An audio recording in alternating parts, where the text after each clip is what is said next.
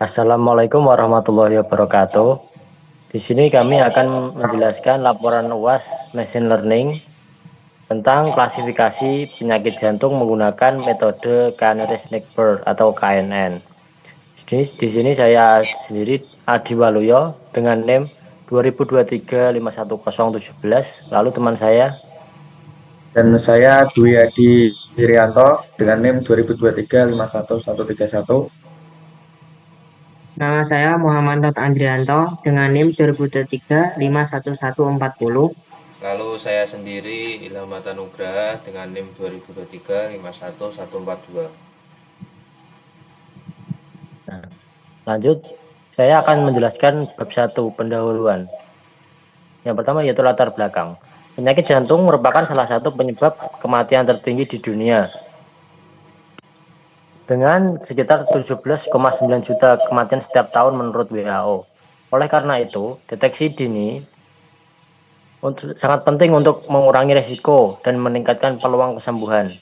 Penelitian ini memanfaatkan machine learning menggunakan algoritma KNN untuk mengklasifikasi risiko penyakit jantung berdasarkan 13 fitur klinis dari dataset Heart Disease UCI. Model diimplementasikan dalam aplikasi web berbasis Streamlit untuk mempermudah proses prediksi. Selanjutnya yaitu rumusan masalah. Yang pertama, bagaimana menerapkan algoritma KNN untuk mengklasifikasi penyakit jantung. Yang kedua, berapa nilai akurasi yang dihasilkan oleh model KNN pada dataset Heart Disease UCI. Yang ketiga, bagaimana membangun aplikasi web interaktif berbasis Streamlit untuk visualisasi hasil klasifikasi. Nah, yang ketiga yaitu tujuan. Yang pertama, mengimplementasikan algoritma KNN untuk klasifikasi penyakit jantung. Yang kedua, mengevaluasi performa model dengan mengukur nilai akurasi, precision, recall, dan F1 score. Yang ketiga, membangun aplikasi web interaktif yang dapat digunakan untuk memprediksi penyakit jantung pasien baru. Selanjutnya yaitu manfaat. Yang pertama, memberikan alat bantu diagnosis berbasis machine learning yang mudah digunakan. Yang kedua, memperlihatkan penerapan praktis algoritma KNN dalam bidang kesehatan. Yang ketiga, menghasilkan visualisasi data yang memudahkan interpretasi hasil analisis. Selanjutnya akan dijelaskan oleh teman saya.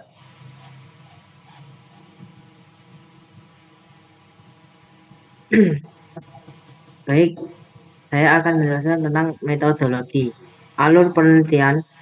Pertama, pengumpulan dataset Heart Diseases UCI dari GitHub. Eksplorasi dan analisa data atau EDA.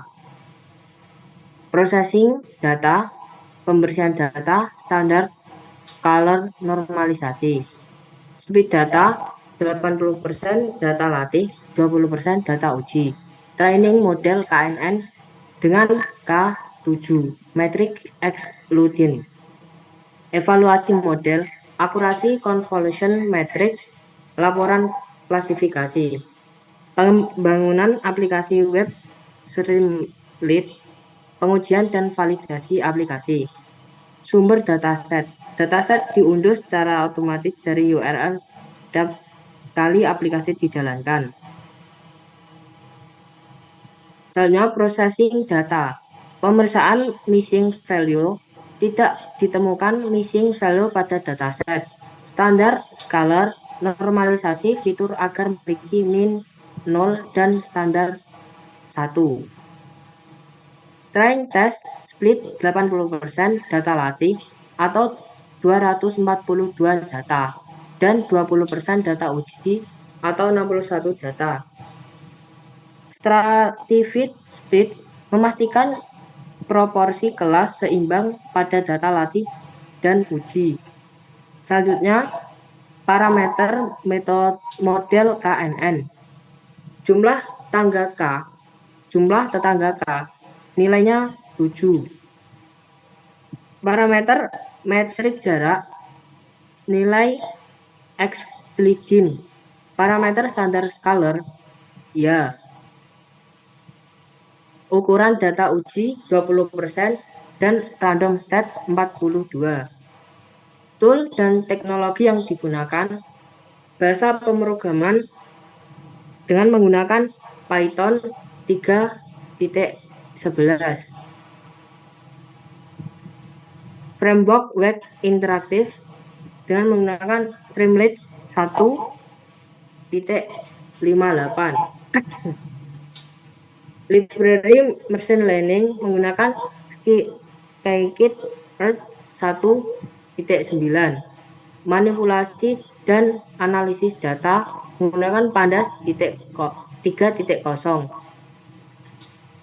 Matplotlib and Seaborn untuk visualisasi data, NumPy 2.2 untuk komputasi numerik. Selanjutnya, demo aplikasi yang akan dijelaskan teman saya. Di sini ada berupa demo aplikasinya yang berjudul klasifikasi penyakit jantung dengan Guinness-Record atau KMN. Pada sektor pertama yaitu ada menu dataset, this is UCI. Untuk total pasiennya ada 303 dan jumlah fiturnya ada 13, serta yang sudah terdeteksi sakit jantung ada 165 dan tidak sakit ada 138. Untuk sumber datasetnya diambil dari GitHub. Sementara untuk tabel datanya ada 30 baris pertama. Untuk salah satu kolom pertama yaitu ada orang yang berusia 63 tahun dan berjenis kelamin laki-laki. Tipenya ada tipe nyeri data berskala 3. Sementara ada tekanan darahnya 145. Untuk kolesterol serumnya 233, sementara gula darahnya ada bernilai ya. Selanjutnya ada hasil istirahatnya berskala 0. Untuk detak jantungnya 150, sementara ada angina akibat olahraganya 0 juga, berarti tidak. Untuk tingkat depresinya akibat olahraga yaitu 2.3, sementara kemiringan puncaknya berskala 0. Untuk jumlah pembuluh besarnya berskala 0 juga, dan terakhir taslemenianya berskala 1. Yang terindeks berarti sakit jantung. Baik, untuk selanjutnya ada eksplorasi data. Eksplorasi data ini berikut ada statistik deskriptifnya. Untuk kolom pertama yaitu berisi umur yang rata-ratanya sampai 303 ya. Jenis kelaminnya rata-rata laki-laki, dan untuk tipe nyeri datanya berskala 3 juga kebanyakan. Untuk tekanan darah istirahatnya rata-ratanya 94 minimal. Untuk tekanan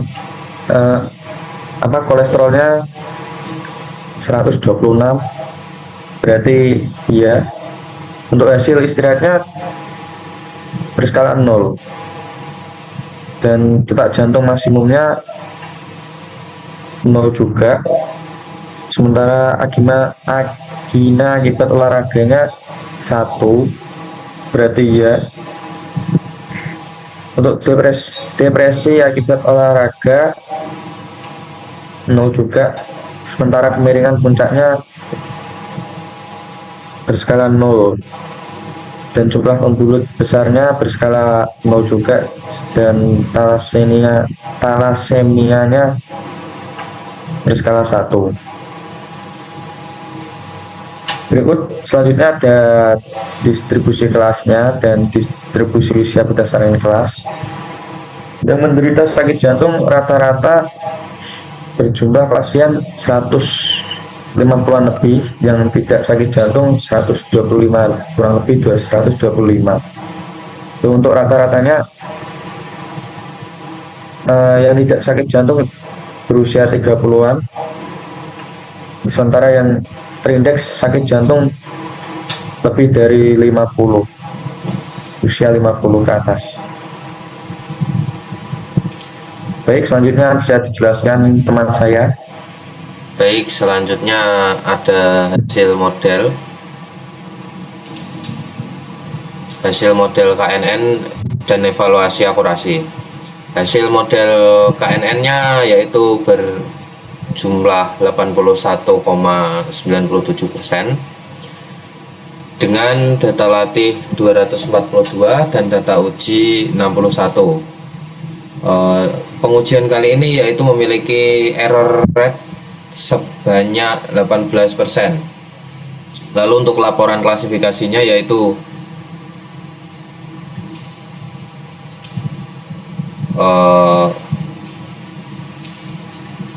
tidak sakit jantung memiliki presisi 0,8, lalu untuk recallnya dan di 0,7, untuk F1 skornya ada di 0,7 juga. Lalu untuk sakit jantung ada di 0,7, untuk recallnya ada di 0,9 dan di F1 skornya ada di 0,8. Untuk akurasinya yaitu ada di 0,8, lalu untuk recallnya ada di 0,8 juga dan F1 skornya ada di 0,8. Lalu untuk confusion matrixnya, confusion matrix untuk true positif yaitu ada 30,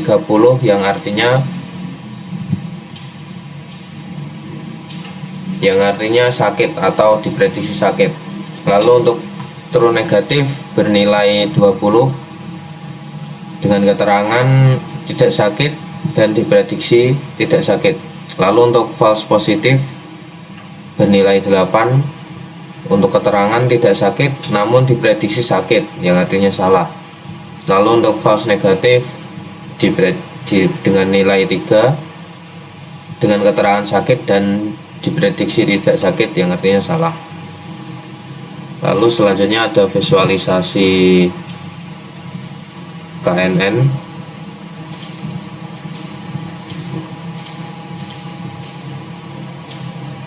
Visualisasi KNN, pengaruh nilai K terhadap akurasi. Akurasi KNN untuk setiap nilai, akurasinya terlihat naik. K terbaik pada data ini adalah nilai ke-12 dengan akurasi 86,89%.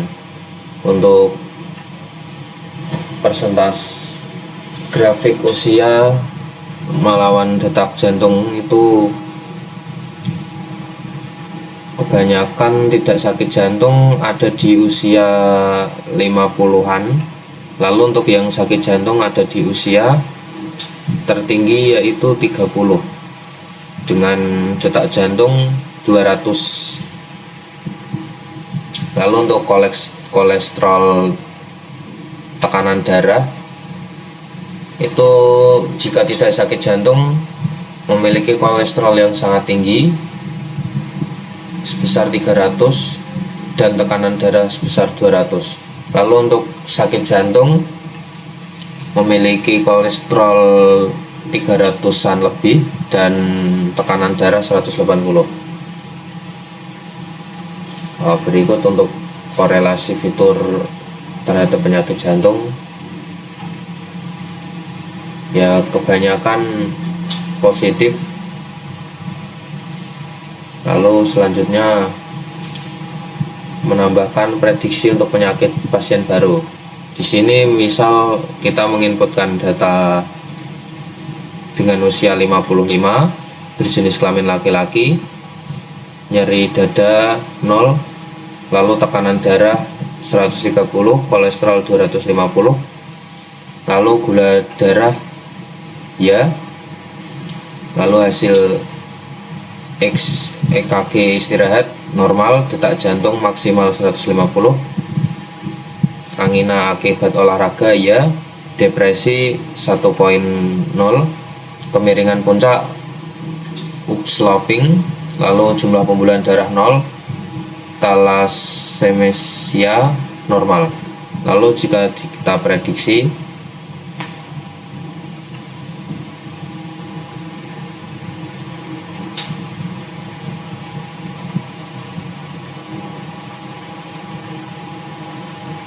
menghasilkan prediksi tidak sakit jantung. Lalu ada sedikit keterangan tetap jaga pola hidup untuk mencegah resiko jantung.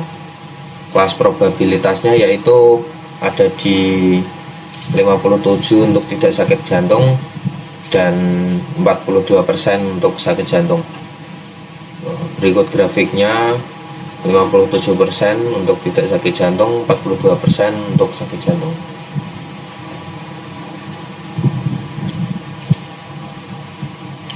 Sekian presentasi dari kelompok kami. Apabila ada salah kata, kami mohon maaf. Wassalamualaikum warahmatullahi wabarakatuh. Waalaikumsalam warahmatullahi wabarakatuh.